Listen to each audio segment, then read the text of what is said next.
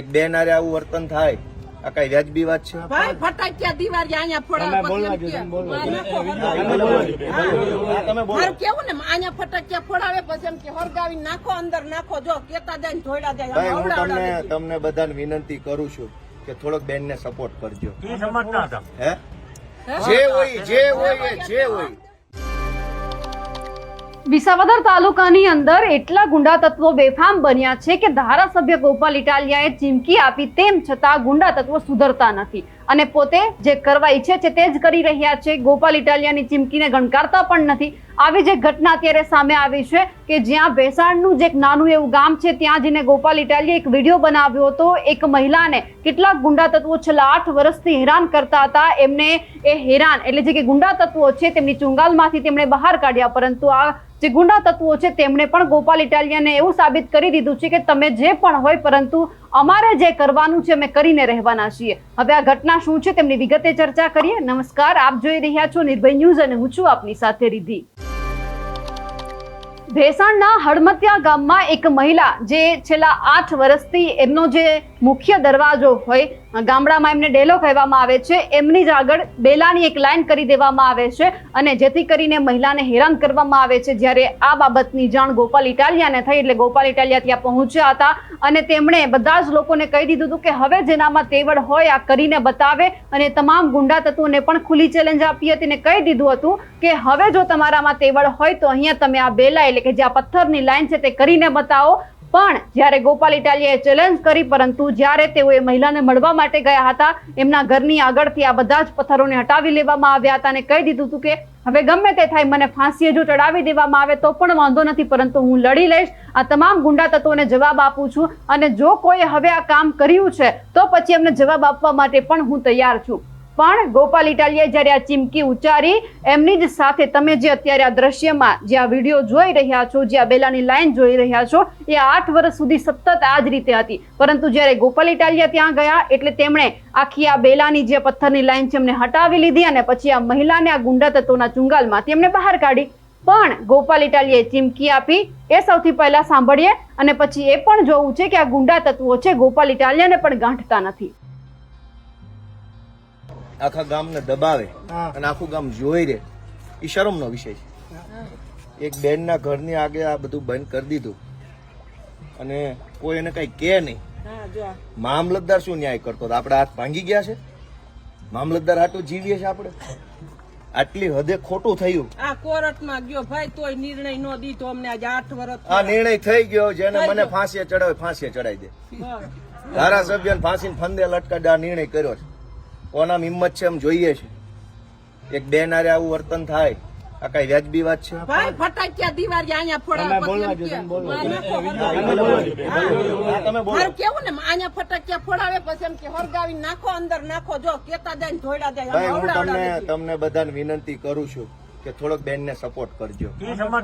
હે જે હોય ગુંડાનું નામ નથી લેવું. તમે બધા ભવિષ્યમાં ગમે જ્ઞાતિના હોય, બધી જ્ઞાતિના છે, બધા ધર્મના માણસો. ખોટું થતું એને બોલવાની ફરજ તો બધા ધર્મમાં લખી છે નથી લખી? બધાના પોતપોતાના ધર્મ ગ્રંથોમાં છે કે નહીં? તો આ બેન ને બીજી વાર હતો હું પાછો આવીશ. જો કોઈને બહુ મોટી હવા ભરાઈ ગઈ છે ભાઈ ગણિત મુરાભાઈ, કોઈને બહુ મોટું ભાજપની હવા ચડી ગઈ હોય, કિરીટ પટેલ ની હવા ચડી ગયું તું પાછો આવીશ અને એ દિવાલ ની જેસીબી નો એક ટલ્લો મારી દઈશું. થોડાક દી ખમો મને નવરા પડે મશીન લઈને હું આવીશ અને કોણ મને ફાંસી ચડાવું જોઈ લઈશ. આટલી હદે નાગાઈ કરવાની, આટલી હદે દાદાગીરી. કારણ કે માધવનું માણા બોલે એમ નથી એટલે કરી ભાજપના માણસ એટલે આપણે આમાં રેકોર્ડિંગ કરીને પછી બધાને બાટે ના બાટે પણ અમારા આપી દો. આખી ગુજરાત ને બતાવો કે બેન આરે ભાજપના ગુંડાઓ છે એ કેવું વર્તન કરે. આ મેન ગેટ છે, થોડાક પાછા હટીને બતાવો તો બધા પાછા હટી જાવ શું ઘટના બની. આ મેન ગેટ છે બેનના ઘરનો. થોડા ભાઈ પાછા હટી જાવ, બધા નીચે હટી જાવ બધા બતાવો તો બેલા બતાવા દો. આમળો હટાવો. આ બેન નું ઘર છે. આ વિશાળ હડમતિયા ગામ છે ભેસાણ તાલુકાનું. આ મેન ગેટ છે એનો. હવે અહીંયા ભાજપના માણસે બેલા મૂકી દીધા અહીંયા સળંગ. આ બધા અમે હાથે અડસેલ્યા. 8 વર્ષથી આ ગેટ બંધ કરી દીધો. આવી નાગાઈ કરવાની દાદાગીરી. શું કામ? તો કે હું ભાજપનો માણસ છું એટલે દાદાગીરી કરી. શું કામ? આ ભાઈ સીધા માણસ છે. આ બેલા અહીંયા મૂકી દીધા. અહીં સુધી લાઈન હતી અત્યારે આમ આ ગેટની બહાર કેમ નીકળવાનું? તો બેને મને આજે હું ગામમાં આવ્યો, ફરિયાદ કરી, કીધું હાલો આપણે જ કાઢી નાખીએ બેલા. મામલતદાર શું કાઢવાનું? બરાબર. મામલતદાર ભાઈ આવતા જોઈને મુદ્દા પર જોઈને પાછા વયા જાય. ભાઈ બધા ભાજપથી બીવે છે, ભાજપની લાજ કાઢે છે. આજે અમે ભેસાણ તાલુકાના વિશાળ અરમત્યા ગામે આ બેનના ઘરનો ગેટ ખુલ્લો કર્યો છે. જે ભાજપ વાળા મોકાતું હોય મને ફાંસીએ ચડાવી દે, હું જોઉં છું કોણ મને કઈ ફાંસીએ ચડાવે. આટલી હદે નાગાઈ કરવાની ગામડામાં ગરીબ માણસો આવે, નાના માણસો હોય, ગરીબ માણસો હોય કે અહીંયા બેલા ગોઠવી દીધા ઘરની આમે 8 વર્ષ સુધી સળંગ. તો બહાર કેમ જવાનું, અંદર કેમ આવવાનું? પાયો કાઢ્યો ને તાર વંડી સણવા નહોતા દેતા, હાંજે પાયો ચોખ્ખો કરે એટલે બેલા ન્યા સણાવી દેતા.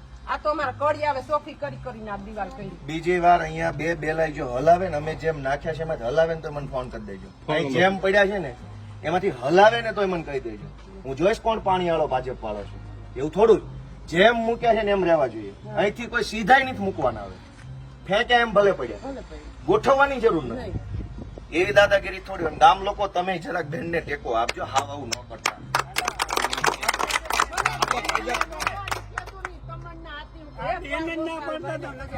કાંઈ વાંધો નહીં, હવે હું બધાની રજા લઉં છું, ટેકો રાખજો જરા. બરાબર, હાલો.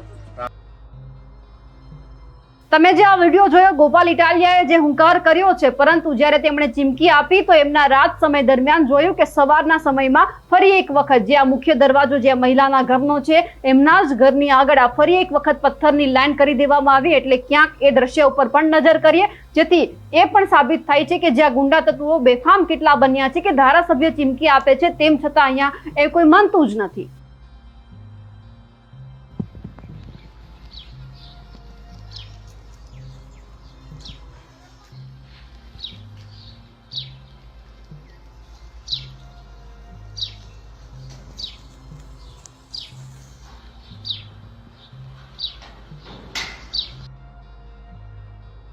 હવે જ્યારે આ બધું થયું છે ત્યારે એ જોવાનું છે કે ગોપાલ ઇટાલિયા શું કરે છે, કારણ કે સૌથી પહેલા ગોપાલ ઇટાલિયાએ કહી તો દીધું હતું કે જો હવે થશે તો હું જાતે અહીંયા આવીશ અને આ બધું હટાવીને જઈશ, પછી હું જોઉં છું કે કોણ અહીંયા શું કરે છે. પણ હવે જ્યારે ગુંડા તત્વોએ પણ કહી દીધું છે કે તમે ગમે તે કરશો, અમે અમારું કામ કરવાના જ છીએ. હવે ગોપાલ ઇટાલિયા કઈ રીતે લડે છે તે જોવાનું છે. અમારા અહેવાલને લઈને આપનું શું માનવું છે કમેન્ટ કરીને ચોક્કસથી જણાવજો. સાથે જ અમારી નિર્ભય ન્યૂઝ ચેનલને લાઇક, શેર અને સબસ્ક્રાઇબ કરવાનું ભૂલશો નહીં. નમસ્કાર.